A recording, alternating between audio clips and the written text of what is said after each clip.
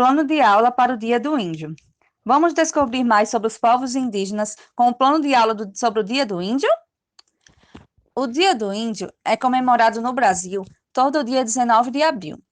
Essa data foi sancionada pelo governo de Getúlio Vargas e tem como objetivo lembrar a importância dos povos para a nação brasileira. A celebração vai além do nosso país. Em 1995, a ONU sancionou para o mundo inteiro que o dia 9 de agosto seria o Dia do Índio. Para defender os direitos dos índios, o governo criou órgãos, o FUNAI, e adotou algumas medidas para manter essa preservação.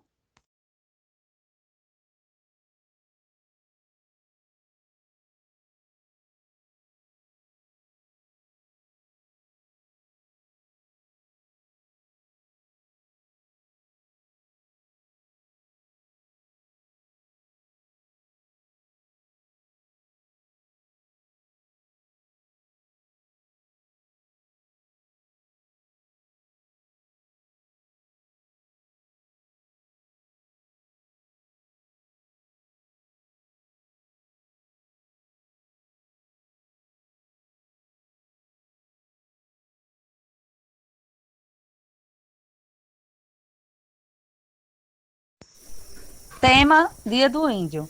Ano escolar: quarto ano do ensino fundamental.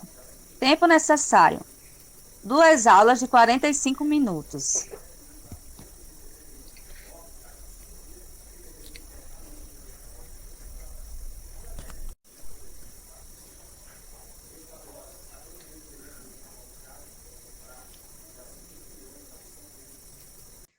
Objetivos: aprender com a cultura indígena sobre suas artes através das pinturas, da maneira que eles se expressam através das pinturas e suas histórias e emoções. Identificar toda a importância dos povos indígenas e no que eles contribuem para a nação. Considerar o folclore tradicional com base na arte artesanal produzida pelos índios. Relacionar a contribuição da arte indígena com a arte brasileira. Objetos de conhecimento, conteúdos, brincadeiras, alimentos e palavras que utilizamos de origem indígena. Habilidades, objetivos de aprendizagem. Explicar para os alunos que os povos indígenas trouxeram grandes contribuições para a formação da cultura do nosso país.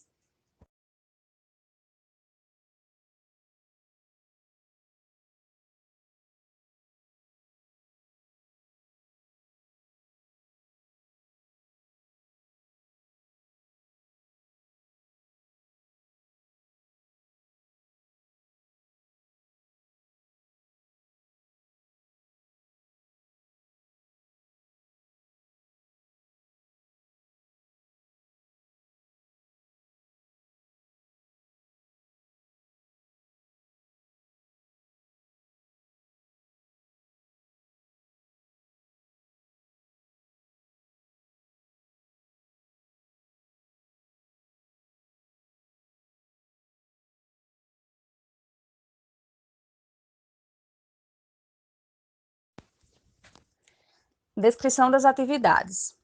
Iniciar a aula apresentando para os alunos um vídeo sobre algumas contribuições dos povos indígenas. Logo após, apresentar o vídeo O Tupi que Você Fala, ambos disponíveis no YouTube.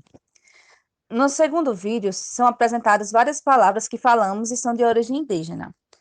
Em seguida, realizar questionamentos, se os estudantes conhecem os objetos, as lendas citadas nos vídeos e se costumam consumir os alimentos que aparecem. Após conversar com os alunos, a professora deverá solicitar uma atividade em grupos, na qual serão sorteadas brincadeiras indígenas, como cabo de guerra, peteca, corrida do saci e arco e flecha. Os grupos deverão pesquisar e apresentar na aula seguinte como se realizam as brincadeiras.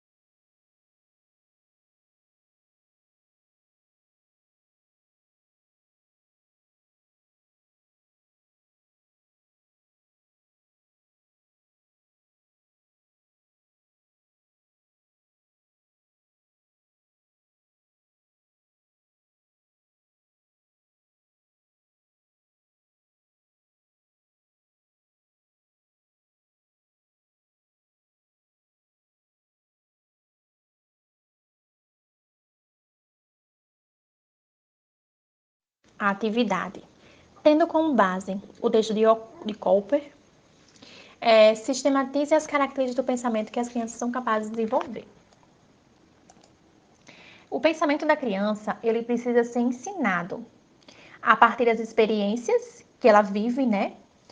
Para que possamos desenvolver seus interesses e pensamentos através do seu próprio olhar. Por esse motivo, dentro da história, é preciso trabalhar sobre o tema tempo e mudanças, voltada para a vida da criança, para os eventos que ela vivencia, tanto no seu passado como no seu presente. Podemos sequenciar algumas características comuns desse pensamento, né? Para desenvolver esse pensamento, que a gente pode criar fatos do passado, que as crianças contem suas histórias, usando a sua imaginação, pois o que realmente importa é o processo de considerar como e por que versões diferentes são construídas. Interpretando, né? Sendo capaz de interpretar as ilustrações de artistas sobre a história do passado, elas podem diferir por causa do tempo em que foram feitas, ao olhar para uma ilustração de um livro antigo e um livro atual. Outra característica é interpretações de história. Deixar a criança contar a história da maneira dela, para que ela possa observar as diferenças com sua vida. Interpretação e história oral. Conversar e discutir com a criança sobre o seu passado, escola, jogos, comidas e celebrações. Construção de interpretação por meio de jogos. Reconstruir histórias através de jogos, promover a oportunidade ideal para enganjar as crianças no passado e fazê-lo ter sentido. E, por último, né, o planejamento para jogos. Que os jogos devem ser planejados em termos de equipe, que possa ter os objetivos de aprendizagem e o tempo, para que os adultos observem, interajam e acessem esse aprendizado. E que eles possam encorajar, né, essas crianças a realizar as conexões e as ligações dos jogos, né, e experimentar e seguir o que elas querem, as ideias que elas criaram, dentro do planejamento dos professores.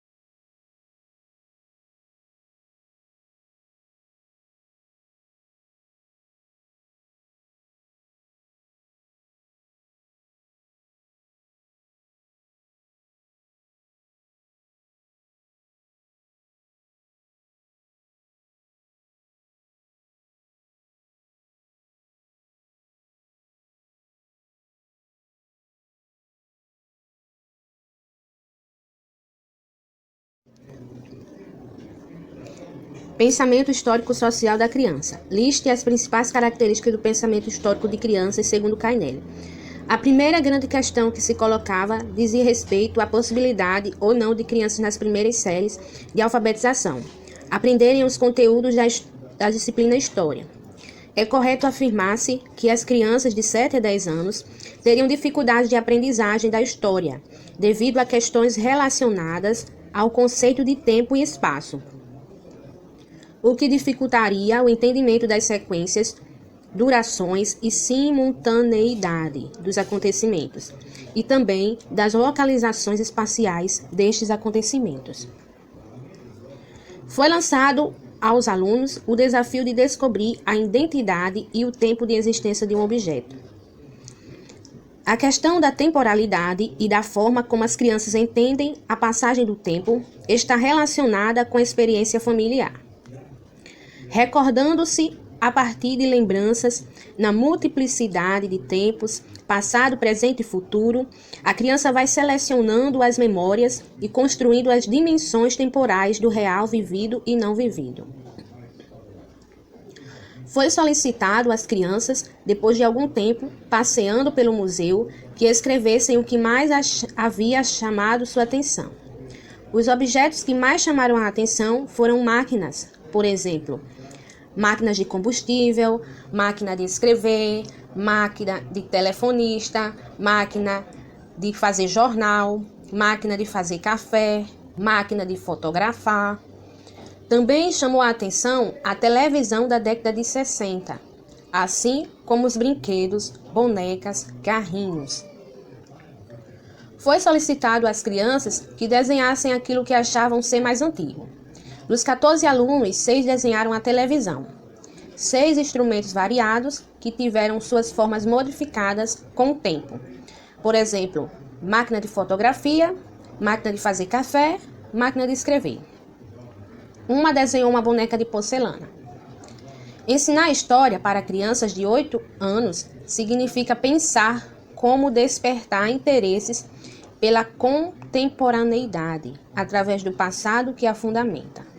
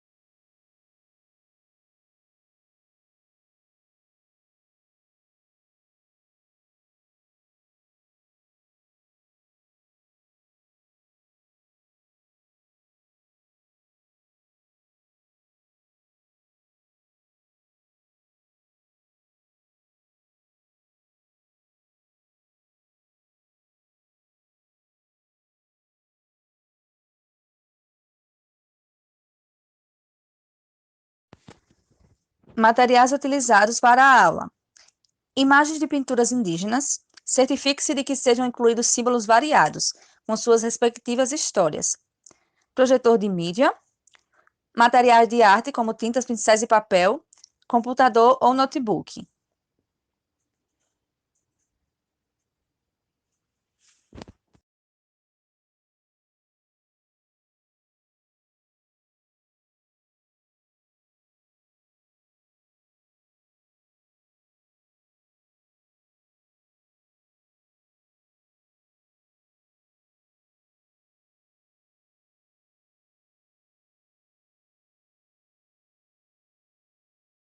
Desenvolvimento. Inicialmente, o professor deve mostrar e discutir com os alunos sobre a cultura indígena, principalmente as formas de arte. Sugerimos perguntas como: que tipo de pintura é essa? Quem criou essa obra? Que outros símbolos o artista usa? Examine os símbolos usados e suas interpretações. Explique aos seus alunos que os indígenas, em sua maioria, não têm uma língua escrita. Ressalte que grande parte da sua história foi e ainda é registrada em obras de arte. As habilidades de pinturas precisam ser cobertas como parte deste processo. Essa atividade é ideal para comparações culturais. Quando os alunos reconhecem habilidades, complexidades e lógicas das artes indígenas, eles podem comparar esta arte com outros gêneros de pintura, por exemplo, a pintura chinesa ou a arte europeia do século XIX. A turma pode discutir semelhanças e diferenças na produção de cada tipo de obra de arte. Recomendamos que o professor também destaque artistas indígenas que pintam em estilos diferentes, para que a cultura indígena não seja vista de forma muito restritiva. Considerações culturais. Verifique em pesquisas na internet os símbolos e cores apropriados para usar em sala de aula. Recomenda-se também um certo cuidado com temas e tópicos particularmente controversos. Por exemplo, o uso de armas.